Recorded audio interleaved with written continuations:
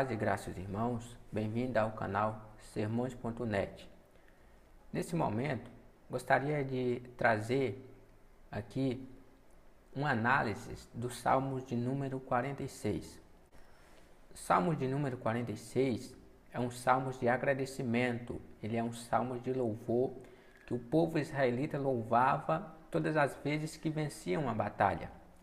Interessante que o Salmos ele é escrito pelos filhos de Corá. Corá, ou Coré, foi um homem que promoveu uma rebelião contra Moisés e contra Arão. A Bíblia diz que Coré, Datã e Abirão, eles promovem essa rebelião contra Moisés e contra Arão.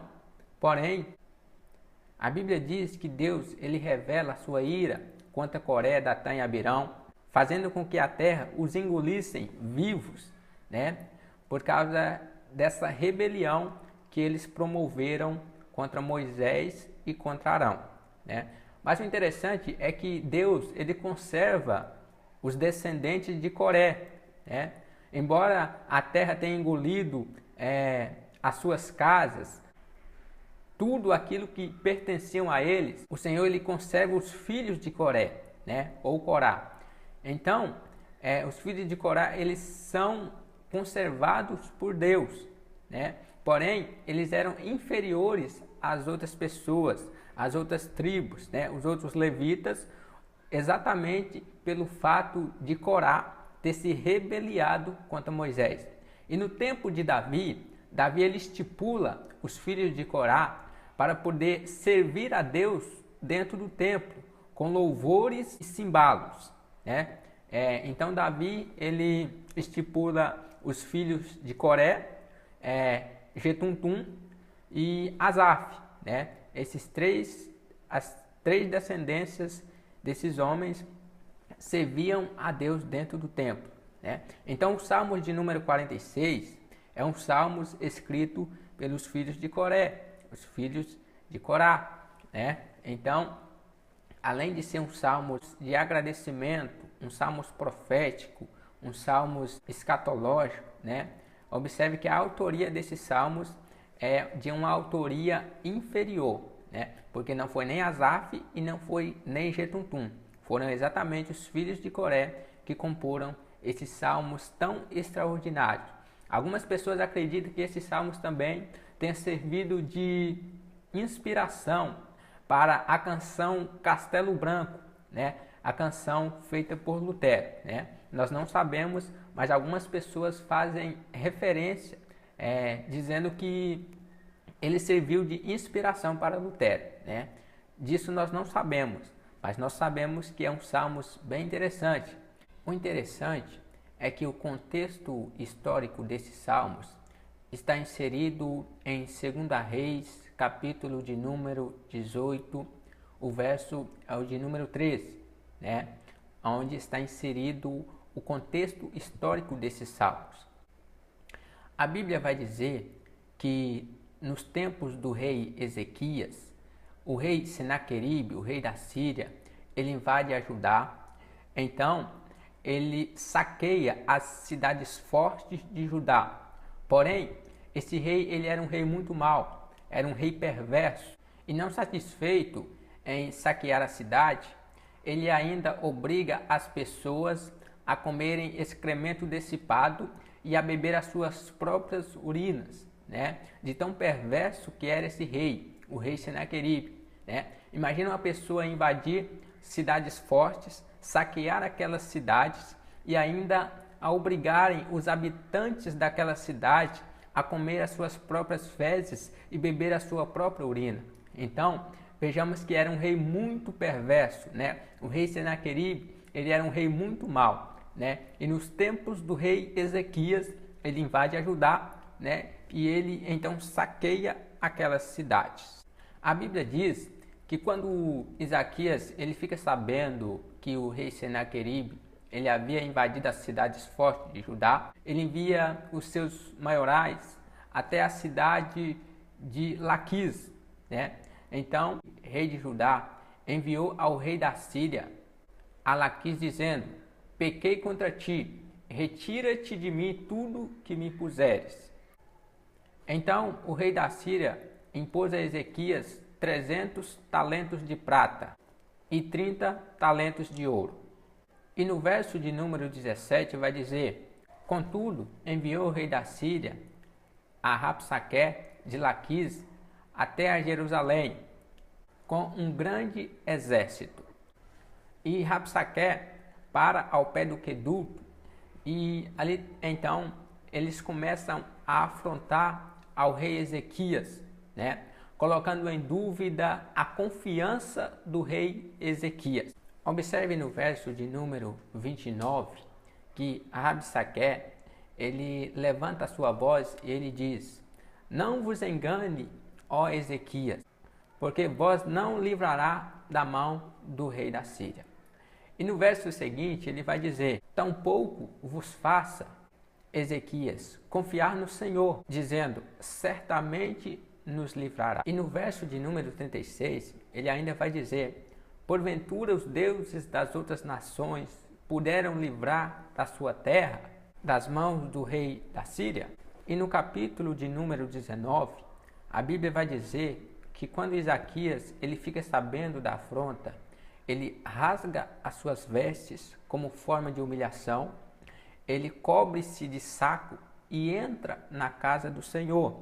Capítulo de número 19, o verso de número 1. Então, os anciões dos sacerdotes são enviados até o profeta Isaías, filho de Amós, cobertos de saco e de cinza. E a Bíblia vai dizer que pela segunda vez o rei da Síria ele envia cartas ao rei Ezequias. E quando Ezequias lê aquelas cartas das mãos dos mensageiros, a Bíblia diz que Ezequias ele sobe até a casa do Senhor, né? E ali ele entrega aquela carta nas mãos do Senhor, e Ezequias ele faz uma oração ao Senhor. Então a Bíblia diz que, como resposta da parte de Deus, o profeta Isaías ele manda dizer ao rei Ezequias: não temas, porque eu ouvi a tua oração acerca do que me pedistes acerca do rei Senaqueribe. Versículo de número 33, ele vai dizer: pelo caminho por qual vocês vieram, pelo mesmo caminho vocês vão voltar. Porém, nesta cidade não entrará, assim diz o Senhor. E a Bíblia vai dizer que naquela mesma noite saiu o anjo do Senhor e feriu no arraial dos assírios a 185 mil deles. E levantando-se de manhã bem cedo, eram corpos mortos. E a Bíblia vai dizer que o rei Senaqueribe ele voltou e ficou em Nínive, a capital da Síria. E aconteceu que ele, prostrado diante de Nisroque, né, o seu deus, Nisroque era um deus assírio que em momentos era apresentado como parte homem e como parte águia. Então, ele prostrando-se diante de Nisroque, a Bíblia diz que seus filhos o feriram e fugiram para a terra de Ararat. E é exatamente nesse contexto histórico que entra o Salmos 46, né? Que é um salmo de livramento e de gratidão a Deus pelo livramento que Deus deu para o seu povo, né? E esse salmos então ele começa a ser louvado pelo povo de Israel todas as vezes que eles venciam uma batalha. O interessante é que no verso de número 9, o salmista vai dizer: ele faz cessar as guerras até o fim da terra, quebra o arco, corta a lança e queima os carros no fogo. Aquietai-vos e sabeis que eu sou Deus. Algumas pessoas acreditam que esse verso ele é um verso profético e escatológico, uma vez que o Senhor Jesus Cristo, quando inaugurar o seu reino sobre a terra, que é chamado de reino milenar, a Bíblia diz que será um período de paz, aonde durante 1000 anos haverá paz sobre a terra. Então algumas pessoas acreditam que esse verso se refere ao período milenar, aonde o Senhor virá com a sua igreja e porá fim às guerras. E a Bíblia diz que é o período em que Satanás ele será preso durante 1000 anos.